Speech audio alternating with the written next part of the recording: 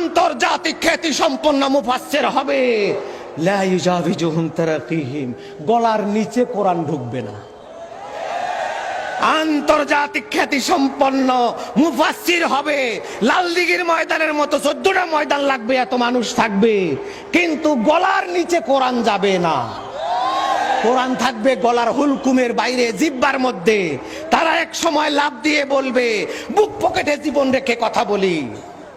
তারাই এক সময় দেখবেন যাইয়া পায়খানায় লুকাইয়া বাঁচবার চেষ্টা করবে। এক সময় যারা বুক ফুলিয়ে বলেছিল আমরা বুক পকেটে জীবন রেখে কথা বলি, জীবন বুক পকেটে না পায়খানায়? আবু জেহেলের কাদিয়ানির অফিসে, সেখানে জীবন রেখে এখন কথা বলে। এখন কোথায় গেল বড় বড় কথা? তারা আন্তর্জাতিক খ্যাতি সম্পন্ন মুফাসসিরে কোরআন হবে তারা, কিন্তু কোরআন তাদের ভিতরে ঢুকবে না।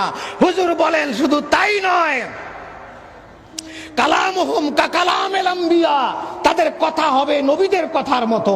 সূরাতুহুম কাসূরাতিল মালায়েকা, তাদের সূরত হবে ফেরেশতার মতো। আমালুহুম কামালিশ শায়াতিন, কিন্তু তাদের উদ্দেশ্য আর কাজ হবে শয়তানের মতো। ফাহযুরহুম ইন তাত্তাকু, যদি বাঁচতে চাও ওদের খপ্পরে পড়িও না। রাসূলুল্লাহ বলেন তারা কি হবে? তাদের অন্তরটা হবে রাসূলের বেয়াদবিতে ভরপুর হবে। রাসূলুল্লাহ বলেন যে তাদের আমলের সাথে হাকির, তোমরা তোমাদের নামাজকে তাদের নামাজের সামনে লজ্জিত হবে, তাদের রোজার সামনে তোমরা লজ্জিত হবে। সাহাবীদেরকে হুজুর বলেছেন যে এই যুলখুয়াইসারের বাচ্চাদের নামাজের সামনে তোমরা নামাজি লজ্জিত হবে, তাদের কোরআন তেলাওয়াতের সামনে তোমরা লজ্জিত হবে, তাদের রোজার সামনে লজ্জিত হবে, তাদের আমলের সামনে তোমাদের আমল লজ্জিত হবে।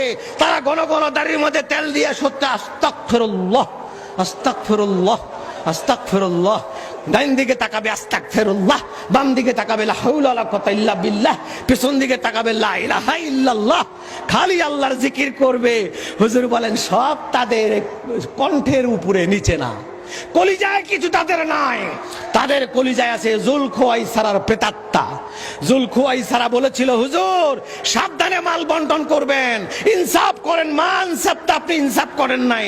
ওই যুলখুয়াইসারের প্রেতাত্মা তাদের অন্তরে থাকবে।